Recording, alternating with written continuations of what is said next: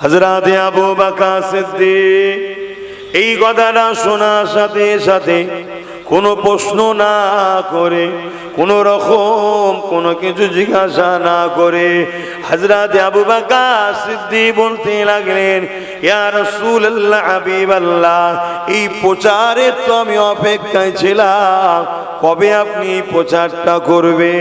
আমি আপনার হাতে হাত দিয়ে ঈমানের কলেমা পড়ে নেব। আল্লাহ নবী বললেন, এ আবু বকর, কি করে তুমি জানলে? হযরত আবু বকর বলেছিলেন, ইয়া রাসূলুল্লাহ, হাবিবাল্লাহ, আপনি যখন চাচা আবু তালেবের সাথে এমন করে সিরিয়ার দিকে ব্যবসায় যাচ্ছিলেন, রাস্তায় এক ধর্মগুরু খ্রিস্টান পাদ্রী মেহমানের দাওয়াত দিয়ে আপনাকে পার্সোনাল ঘরে কথা বলছিল, আপনাকে জিজ্ঞাসা করেছিল, এ মুহাম্মদ, আপনার পিঠটাকে একটু জুব্বাটা তুলে দেখাবেন। ওই সময় আপনি তাকে বলেছিলেন, আপনি কি দেখতে চাইছেন? ওই ইহুদ খ্রিস্টান ধর্ম পণ্ডিতটা বলেছিল, আপনার মধ্যে আখেরি নবী বৈশিষ্ট্য পাচ্ছে, আমি একটু দেখতে চাই মোহরে নবুয়তটা। ইয়া রাসূলুল্লাহ, হাবিবাল্লাহ, ওই সময় আপনি তাকে বলেছিলেন, আপনি যেটা দেখতে চাইছেন ওটা আমার কাছে রয়েছে, অর্থাৎ আমি আখেরি নবী। ওই সময় সেই খ্রিস্টান পাদ্রী আপনার চাচাকে বলেছিল, এনাকে মক্কায় নিয়ে চলে যান, না হয় ইহুদিরা দেখলে কতল শহীদ করে দেবে। ইয়া রাসূলুল্লাহ, হাবিবাল্লাহ, ওই দিন থেকে আমি আবু বকর অপেক্ষায় রয়েছি, কবে আপনি একবার এলান করবেন আর আমি আপনার হাতে হাত দিয়ে ঈমানের কলেমা পড়ে নেব।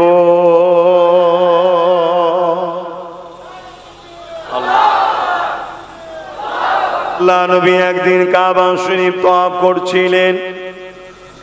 নবী আমার কাবা শরীফ তওয়াফ করতে করতে কাবার সামনে নবী আমার সিজদায় পড়ে যে কাঁদেন। এ নওজওয়ানেরা, আল্লাহ জিবরাইলকে পাঠিয়ে দেয়, ও জিবরাইল, দুনিয়া জমিনে চলে যাও, আমার হাবিব কেন কাঁদে জিজ্ঞাসা করো, আমার রাসূলুল্লাহ কেন কাঁদে আল্লাহ জানে। জিবরাইলকে আল্লাহ জানাতে চেয়েছিলেন। হযরত জিবরাইল চলে আসলেন। এ যুবকেরা, তরুণেরা, বাপেরা, আমার রাসূলুল্লাহকে সালাম দিয়ে বলতে লাগলে, ইয়া রাসূলুল্লাহ, হাবিবাল্লাহ, হুজুর আপনি কেন কাঁদেন? আল্লাহ পাক জিজ্ঞাসা করেছে, আমার আল্লাহ পাক জানতে চেয়েছে। আল্লাহ নবী বলেছিলেন, জিবরাইল, আমি কেন কাঁদি আল্লাহ জানে, তবে জিবরাইল তোমাকে যখন জানাতে চেয়েছে শোনো, তোমার মাধ্যমে যখন আল্লাহ জানতে চেয়েছে শোনো, তোমার মাধ্যমে যখন আল্লাহ পাক তোমাকেও শোনাতে চেয়েছে। এ জিবরাইল, আমি যখনই কেঁদেছি ওই কান্নাটা আমার গুনাহগার উম্মত উম্মতীদের জন্য কেঁদেছি। এ জিবরাইল রে, আমার জীবনে এমনও দিন গেছে, আমার সংসারে এমনও দিন গেছে, জিবরাইল তার জন্য কখনো আমি কাঁদি না, আমি যখনই কেঁদেছি আমার উম্মত উম্মতীর জন্য কেঁদেছি। আজ কাবা শরীফ তওয়াফ করতে করতে মনে পড়ে যায় অন্য অন্য নবীর উম্মত উম্মতীরা তাদের নবীর কথা অমান্য করার দরুন আল্লাহ পাক তাদের উপরে আযাব দিয়ে গজব দিয়ে শেষ করে দিয়েছে। যেমন আদ জাতিকে শেষ করে দিয়েছে, সামুদ জাতিকে শেষ করে দিয়েছে। এ জিবরাইল রে, আমার উম্মত উম্মতীরা, আমি রাসূলুল্লাহ আমার কথা ঠিক মতো শুনবে না, আল্লাহ পাক যদি নারাজ হয়ে যে তাদের উপরে আযাব গজব দিয়ে তাদেরকে শেষ করে দেয়, এই জন্য আমি রাসূলুল্লাহ কাঁদতেছি, আল্লাহ যেন আমার উম্মত উম্মতীর উপরে আযাব গজব দিয়ে তাদেরকে শেষ না করে দেয়। তো ভাইরা আমার, কত দিক দিয়ে আমার নবীকে কষ্ট দিয়েছে। আল্লাহ নবী মক্কার মানুষকে যখন দিনের মেসেজ দিচ্ছে, বাবারা তোমরা এক আল্লাহকে মেনে নাও, বাবারা তোমরা হাতে তৈরি করা লাত উজ্জা হুবলের উপাসনা করো না, তোমরা তোমাদের রব তোমাদের স্রষ্টা আল্লাহকে মেনে নাও। এই সময় মক্কার জালিমেরা তারা আমার রাসূলুল্লাহকে মানতে চাইনি, উপরন্তু আল্লাহ নবীকে নানান দিক দিয়ে কষ্ট দিতে লেগেছে। একদিন কাবা শরীফের সামনে আল্লাহ রসুল ইসলাম নাই তাওহীদ কলেমার প্রচার করছে, আবু জেহেল এসে আমার নবী পাকের গায়ে হাত পর্যন্ত তুলে দিল। নাউজুবিল্লাহ বলেন। আল্লাহু আকবার।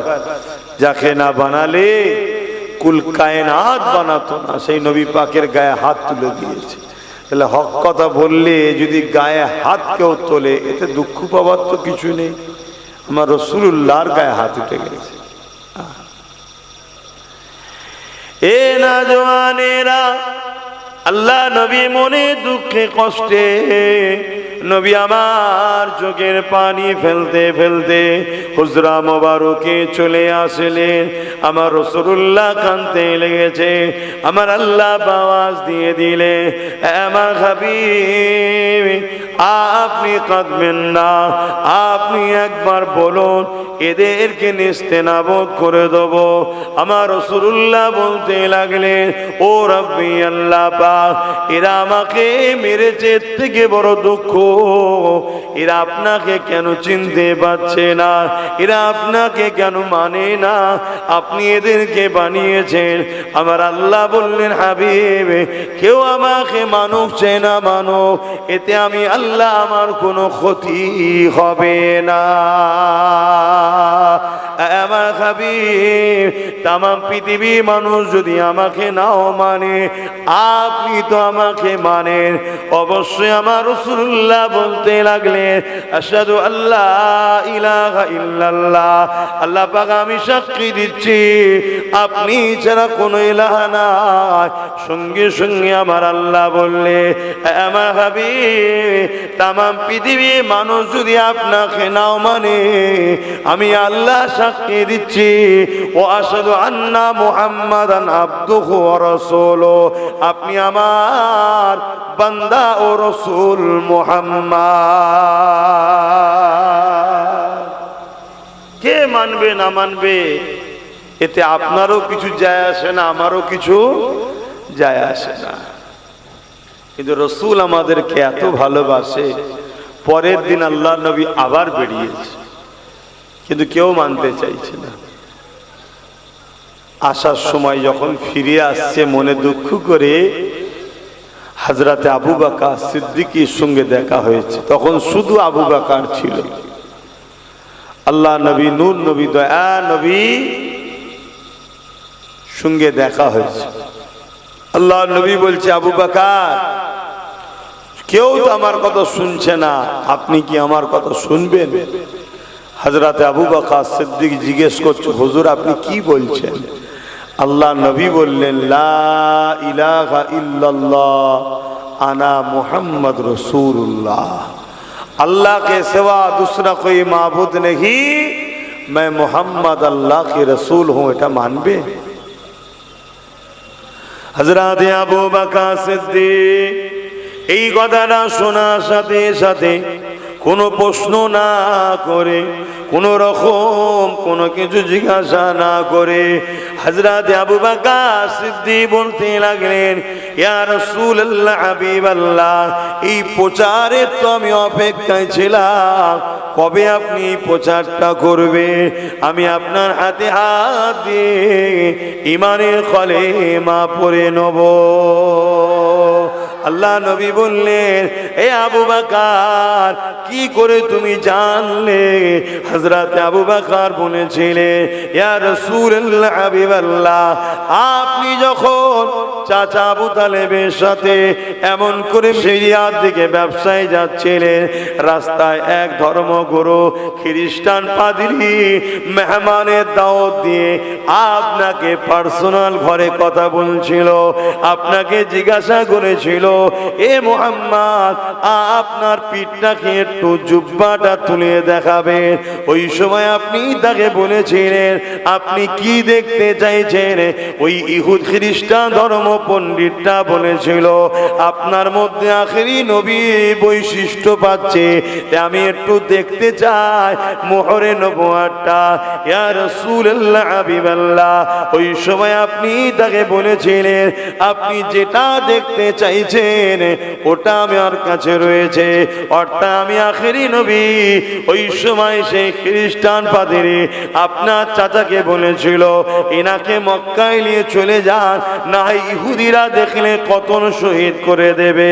ইয়া রাসূলুল্লাহ হাবিবাল্লাহ, ওই দিন থেকে আমি আবু বকর অপেক্ষায় রয়েছে কবে আপনি একবার এলান করবেন আর আমি আপনার হাতে হাত দিয়ে ঈমানের কলেমা পড়ে নেব।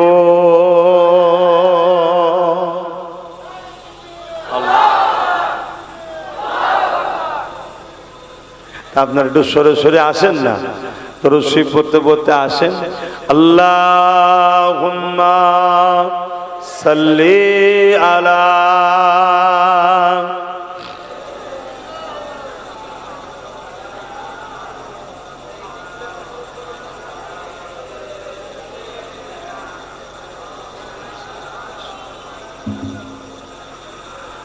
रातें भी मदीने की,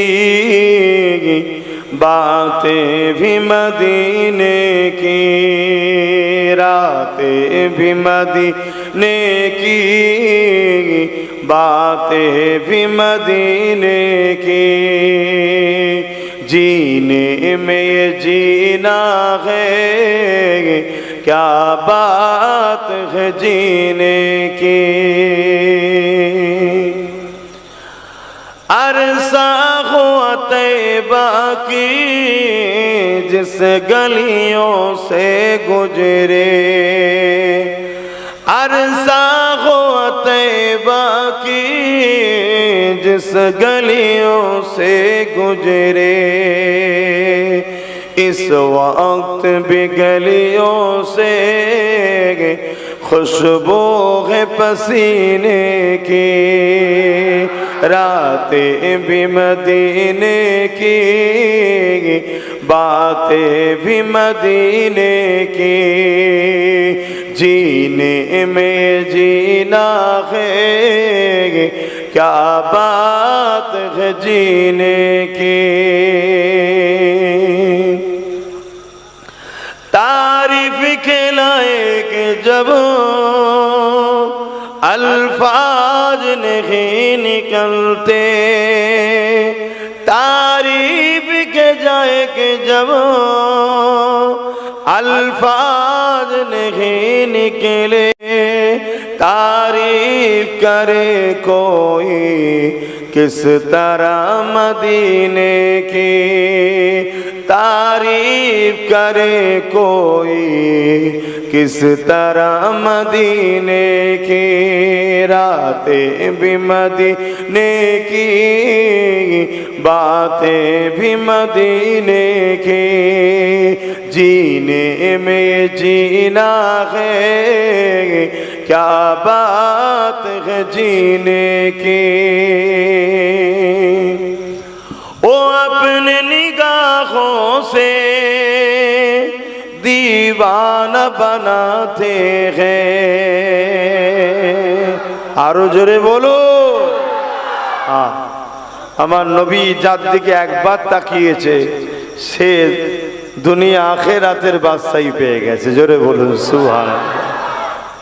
আমার নবীর নিগার এত আল্লাহ নিয়ামত করে, যার দিকে তাকিয়েছে সে দিবানা হয়ে গেছে।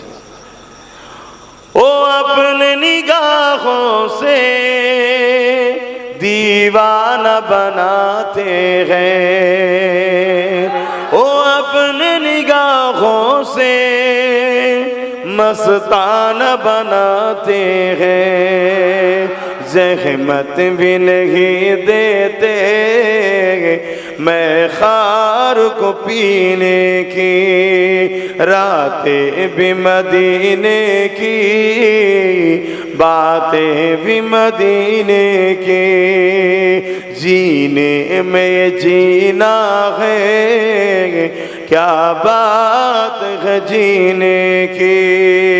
अल्लाहुम्मा सल्ली अला।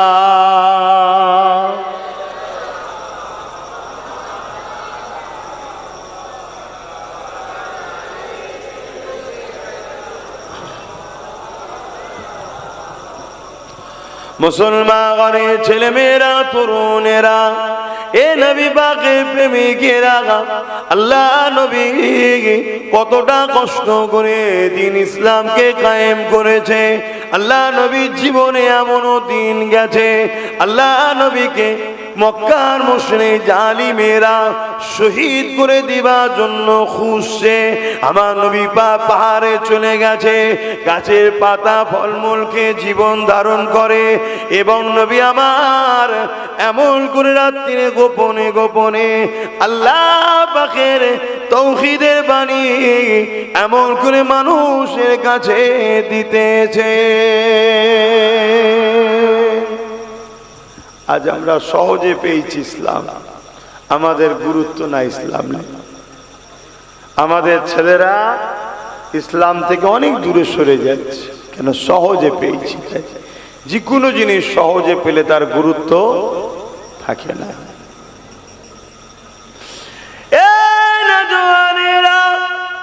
আল্লাহ নবী, নবী দয়া নবী, এমনও দিন গেছে নবী আমার তায়েফের জমিন ইসলামের জন্য গেছে, তায়েফের মানুষকে বোঝাতে নবী আমার গেছে। তায়েফের মানুষের আগে থেকে মক্কার মুশরিকেরা তায়েফের মানুষকে জানিয়ে দিয়েছে মুহাম্মদ রাসূলুল্লাহ যেতেছে। যা বলে ঠিকই বলে, কিন্তু মুহাম্মদ রাসূলের কথা যদি মেনে নেওয়া হয়, এ তায়েফের সরদারেরা, তাহলে তোমাদের নেতৃত্ব কিন্তু চলে যাবে। কেন? মুহাম্মদ রাসূল গরিবের পক্ষে কথা বলে, ইনসাফের পক্ষে কথা বলে, মানবতার পক্ষে কথা বলে, ইনসানিয়াতের পক্ষে কথা বলে, ক্ষুধার্তদেরকে খানা দিবার কথা বলে, জুলুম মিটাবার কথা বলে, অন্যায় মিটাবার কথা বলে, ন্যায় প্রতিষ্ঠিত করার কথা বলে। এ তাইফের সরদারেরা যদি মুহাম্মদকে না রুখো, তাহলে তোমাদের কিন্তু মানুষগুলো মুহাম্মদ রাসূলের দিকে চলে যাবে। চলে গেলে তোমাদের রাজত্ব চলে যাবে। আল্লাহ নবী নবী দয়া নবী আমার যখন তায়েফের দিকে যেতে লেগেছে, তায়েফের মানুষেরা ওই সময় ছোট ছোট বাচ্চাদের হাতে পাথর তুলে দিয়েছে। আল্লাহ নবীকে দূর থেকে দেখিয়ে দেয়, ওই যে ব্যক্তিটা এসছে ওটা একটা পাগল। নাউযুবিল্লাহ বলেন। আমার রাসূলকে কি না শুনতে হয়েছে। আমাদেরকে সামান্য কিছু বললে আমাদের মন খারাপ হয়ে যায়। রাসূল আমার কত কষ্ট করেছে। বাচ্চাদের ঘরে বলে দিল, যাও পাগলের সঙ্গে যে ব্যবহার করতে হয় করো। আল্লাহ নবী তায়েফের বুকে যাচ্ছে, আর বাচ্চাগুলো রাসূল পাক সাল্লাল্লাহু আলাইহি ওয়াসাল্লামকে পাথরে ছুঁড়ে ছুঁড়ে মারছে। হায় রে হায়, মুসলমান তোদের দিলে একটু ব্যথা হয়নি? হ্যাঁ, যে আমার নবী কত কষ্ট করেছে ইসলামের জন্য। আল্লাহ পাক এমনি বলেনি যে নবী পাক সাল্লাল্লাহু আলাইহি সাল্লাম মুমিনদের জানের থেকেও কাছে। জোরে বলুন সুবহানাল্লাহ। আর নবী পাক এমনি বলেনি ঈমান হলো লা ইউমিনু আহাদুকুম হাত্তা কুনা হাব্বা ইলাইহি মিন ওয়ালিদিহি ওয়া ওয়ালাদিহি ওয়ান নাসি আজমাইন। যতক্ষণ পর্যন্ত তোরা তোদের নিজের জানের থেকেও বেশি আমার রাসূলকে ভালো না বাসতে পারবে, বাপ মা পরিবার সন্তান জমি জায়গা ঘর বাড়ি এমনকি নিজের জানের থেকেও বেশি, ততক্ষণ পর্যন্ত তোমরা ঈমানদার নয়। আর যে ঈমানদার নয় তার বাপ হাজী সাহেব তো কি হয়েছে? সে জান্নাতে যাবে। কথা বুঝছেন তো নাকি? তার মা নামাজি মুসল্লি, সে জান্নাতে যাবে। তা নামাজি মুসল্লি হাজী সাহেব এর ঘরে জন্ম লিদি সে ঈমানদার না হয় জান্নাত যাবে নাকি? অত সহজ নাকি? হ্যাঁ, ও তো ওজন অমুসলিমের ঘরের ছেলে, সে যদি ঈমানের কলেমা পড়ে নিয়ে আমার রসুলকে জানের থেকে বেশি ভালোবেসে বলে সে জান্নাত চলে যাবে। জোরে বলুন সুবহানাল্লাহ। এখানে কোথায় জন্ম নিয়েছে বড় বিষয় নয়, আল্লাহ শুকরিয়া আমাদের জন্য সহজ হয়ে গেছে। 80% জন্মসূত্রে পেয়ে গেছে, 80% জন্মসূত্রে পেয়ে গেছি, খুঁজতে হয়নি। আর যারা ইসলামে জন্ম নেয়নি তারা যদি ইসলামে আসে তাদেরকে খুঁজতে হচ্ছে, খুঁজে তারপরে আসতে হচ্ছে। কিন্তু সেই ব্যক্তি আসার পরে সে যদি আমার রসুলের দিবানা হয় সে জান্নাত চলে যাবে। আর মুসলমানের ঘরের বেটা, হাজির বেটা, পীরের বেটা, গাজীর বেটা যদি রসুলে পাক সাল্লাল্লাহু আলাইহি ওয়াসাল্লামের প্রেমিক না হয় সে কিন্তু জান্নাত পাবে না। কথা শুনছেন তো নাকি? অনেক কষ্ট। আল্লাহ নবীকে ঘিরে তাইফের বাচ্চারা পাথর নিক্ষেপ করতে লেগেছে। যে জায়গায় পাথর লাগে আহারে নুরানি বদনে লাগার সাথে সাথে রক্তাক্ত হতে লেগেছে। রসুলের পাকের শরীর থেকে, জিসম মুবারক থেকে পবিত্র রক্ত ঝরে ঝরে পড়তে লেগেছে। এ যুবকেরা, ওই রক্ত বেরিয়ে বেরিয়ে রসুল পাকের জুতা মুবারকে পর্যন্ত পৌঁছে যাচ্ছে, জামা ভিজে যেতে লেগেছে। এ যুবকেরা, এমন সময়তে আল্লাহ নবী অজ্ঞান চৈতন্য হয়ে তাইফের জমিনে নবী আমার পড়ে গেলে। একটু ভাবো গো যুবক, একটু ভাবেন বাপ মায়েরা কত কষ্ট করেছে নবী আমার, অথচ আল্লাহ বলেছে হাবিব আপনি সত্যের মেসেজ প্রচার করে দেন, কে নেবে না নেবে আমি আল্লাহ তার থেকে বুঝে নেব। হাবিব আপনি বেশি কষ্ট করবেন না। আমার নবীকে আল্লাহ বেশি কষ্ট করতে বলেনি, নবী করছে কেন? আমার উম্মত যদি আমি এদেরকে ইসলাম না দিই, এদের জন্য কষ্ট দিয়ে না করি, সব বরবাদ জাহান্নামী হয়ে যাবে। এজন্য রসুল কষ্ট করছে।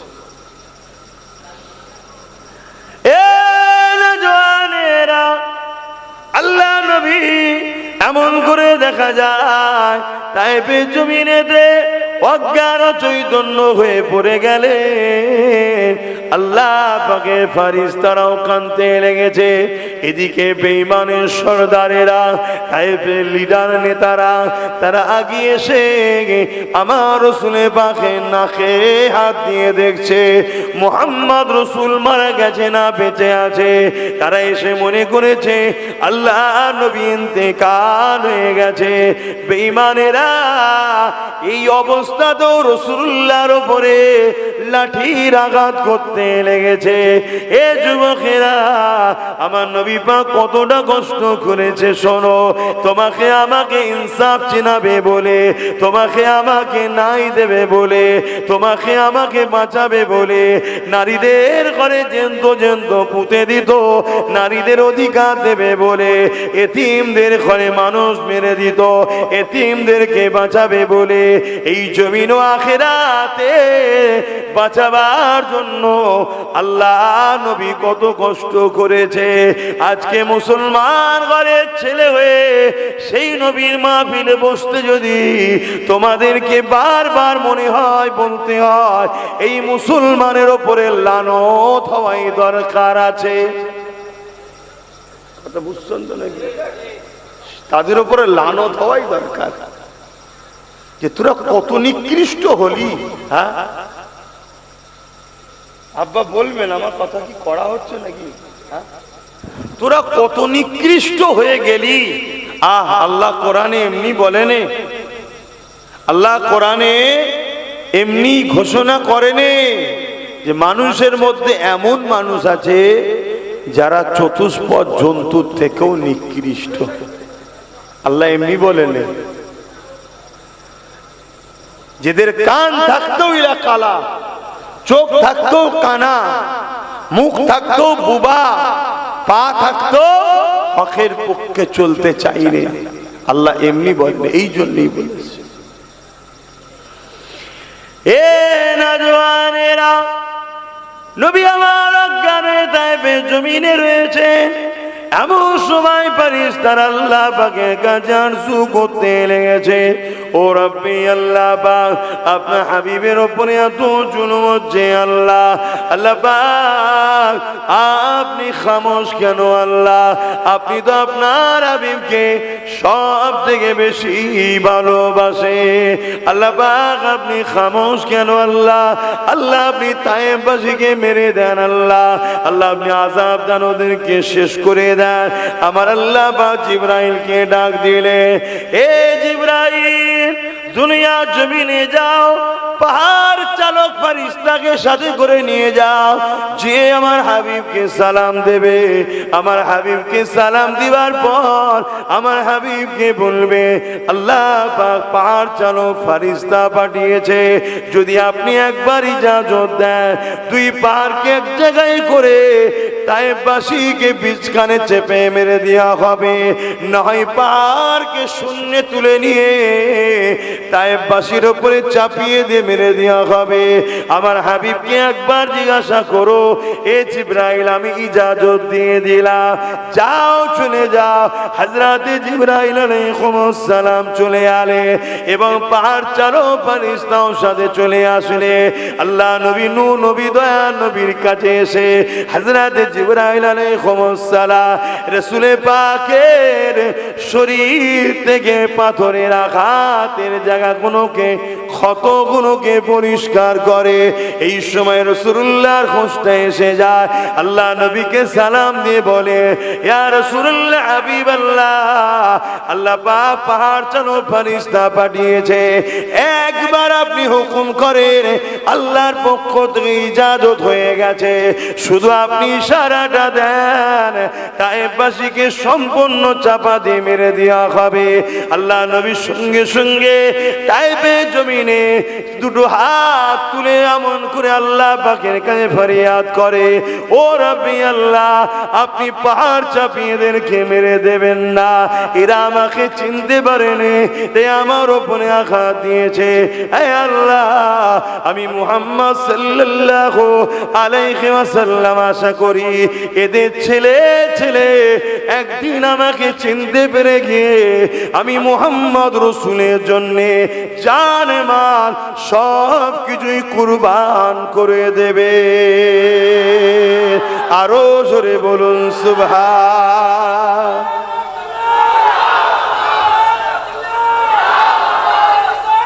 ইয়া রাসূলুল্লাহ,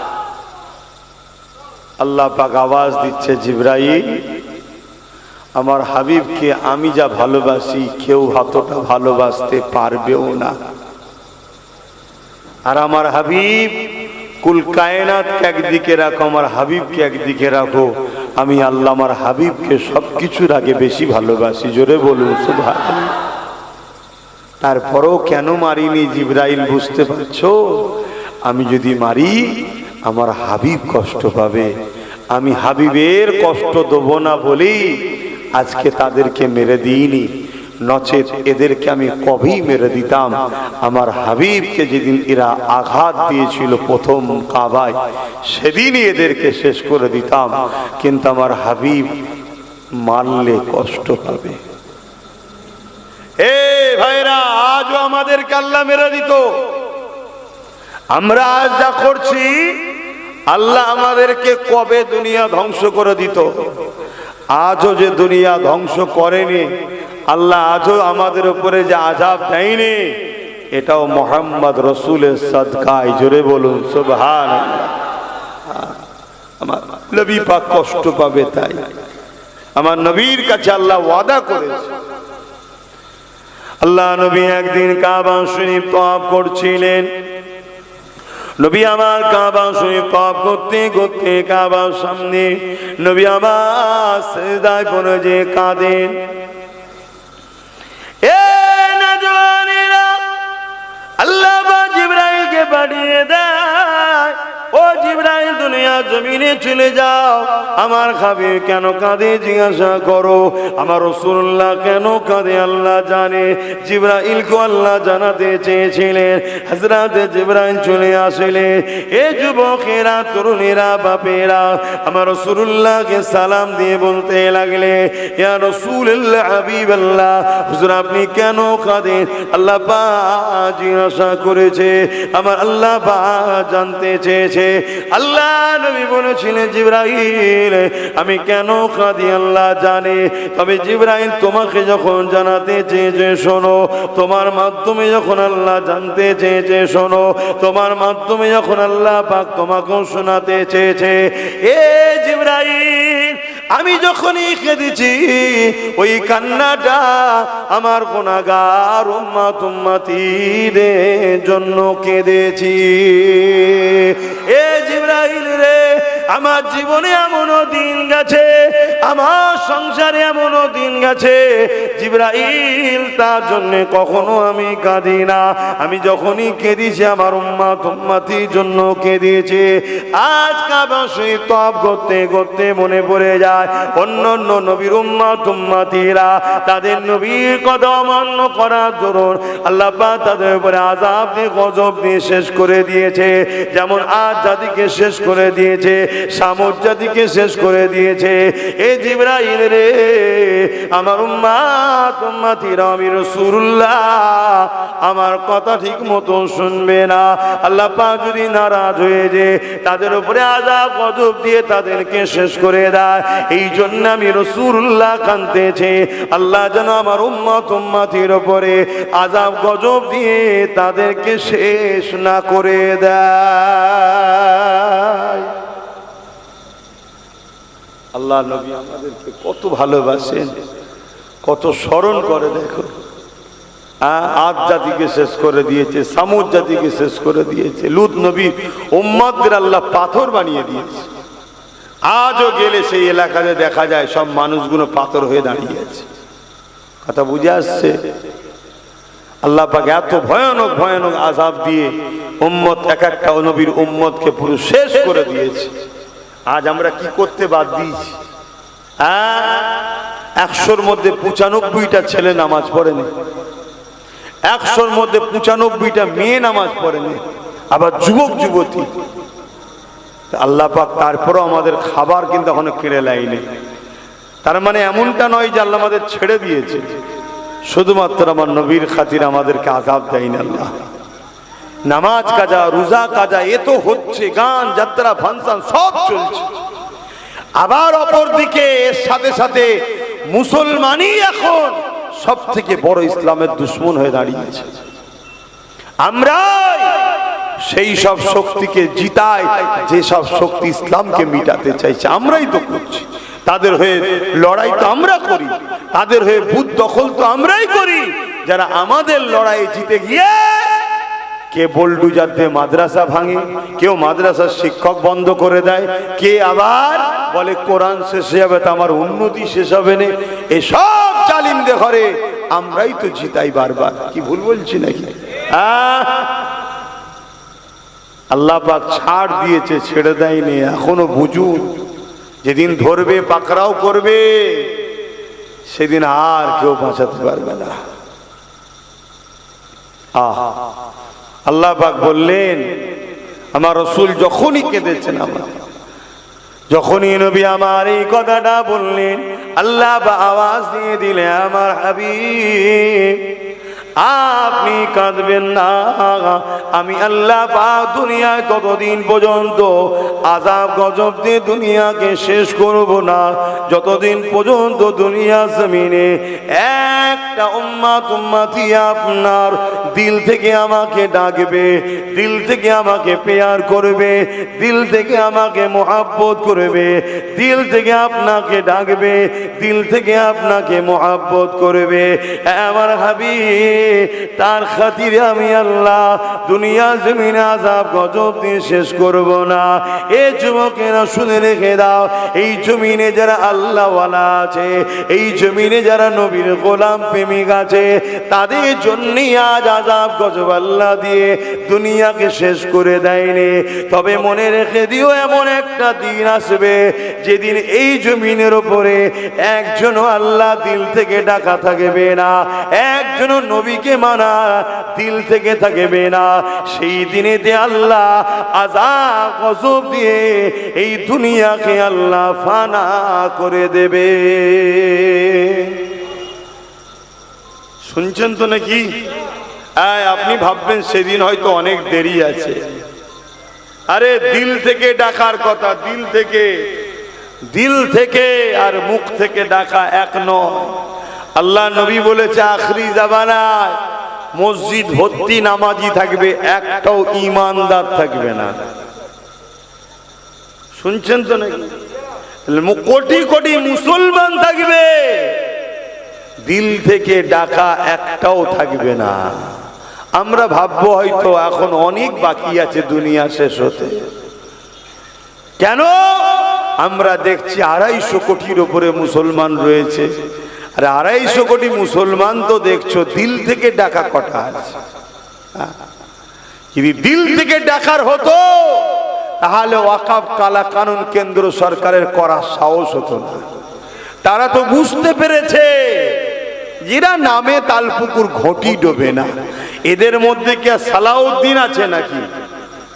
তাই তো সাহস পেয়েছে।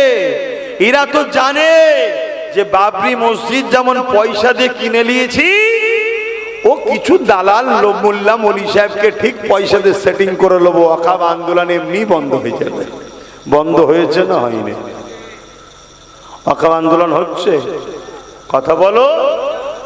কিন্তু আমি আমার গতিতে করে যাচ্ছি, ছোট মানুষ, আমি আমার গতিতে করে যাচ্ছি। দীর্ঘ 8 বছর ধরে করছি। আইন হওয়ার অনেক আগে থেকে যেমন স্পিডে করছি, আজও সেই স্পিডেই করছি। কেন? রেজাল্ট কি হবে, ফাইসাল্লা কি হবে, ওটা আমার জানার বিষয় নয়। আমি যে ওয়াকফের পক্ষে এটা আল্লাহকে দেখাতে হবে, এই আন্দোলন আমি করছি। আল্লাহ নবী বললেন অন্যায় দেখলে হাত দিয়ে রোকো। আল্লাহ নবী বললেন অন্যায় দেখলে হাত দিয়ে রোকো। যদি হাতে রুখতে না পারো মুখ দিয়ে প্রতিবাদ করো। যদি মুখে প্রতিবাদ করতে না পারো, রাসূল আমার বললেন ঘৃণা করে দূরে সরে যাও। ঘৃণা করে দূরে সরে যাবার কথা বলে আল্লাহ নবী বললেন এটা হলো বড় দুর্বল ঈমানের লক্ষণ। কোনটা?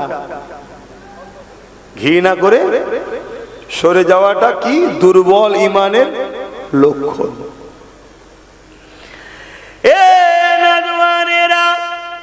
অন্যায়কে হাত দিয়ে রোকা 1 নম্বর ঈমানের বৈশিষ্ট্য। এ ক্যাটাগরির ঈমান প্রথম ঈমানের স্তর। যদি হাত দিয়ে রুখতে না পারে, মুখ দিয়ে যদি প্রতিবাদ করি অন্যায়ের বিরুদ্ধে, এটা হলো দ্বিতীয় স্তরের ঈমান, দ্বিতীয় ক্যাটাগরির ঈমান। 3 নম্বর হলো অন্তর থেকে ঘৃণা করে দূরে সরে যাওয়া, সাপোর্ট না করা। তাহলে এটা হলো সব থেকে নিম্ন শ্রেণীর ঈমান এবং দুর্বল ঈমান। এরপরে আর ঈমানের কোনো গুরুত্ব, এরপরে ঈমানের আর কোন স্তর, এরপর ঈমানের আর কোন কোয়ালিটির কথা নবী বলেন। শুনছেন? অন্যায় দেখলে প্রথম নম্বর ঈমান কি? হাত দিয়ে রুখতে পারলো না। দ্বিতীয় নম্বরের ঈমান কি? মুখ দিয়ে প্রতিবাদ করা, মুখ দিয়ে প্রতিবাদ করতে পারলো না। 3 নম্বর ঈমান শেষ স্তরটা কি? অন্তর থেকে ঘৃণা করে সরে যাওয়া। কোন মুসলমান যদি মসজিদ কেউ ভাঙছে দেখে হাত দিয়ে রুখলো না, মুখ দিয়ে প্রতিবাদ করলো না, অন্তর দিয়ে ঘৃণা করলো না, উপরন্ত যারা ভাঙছে তাদেরকে সাপোর্ট করলো, তার ঈমান আছে না চলে গেছে? এটা একটুখানি আওয়াজ দিয়ে বলবেন।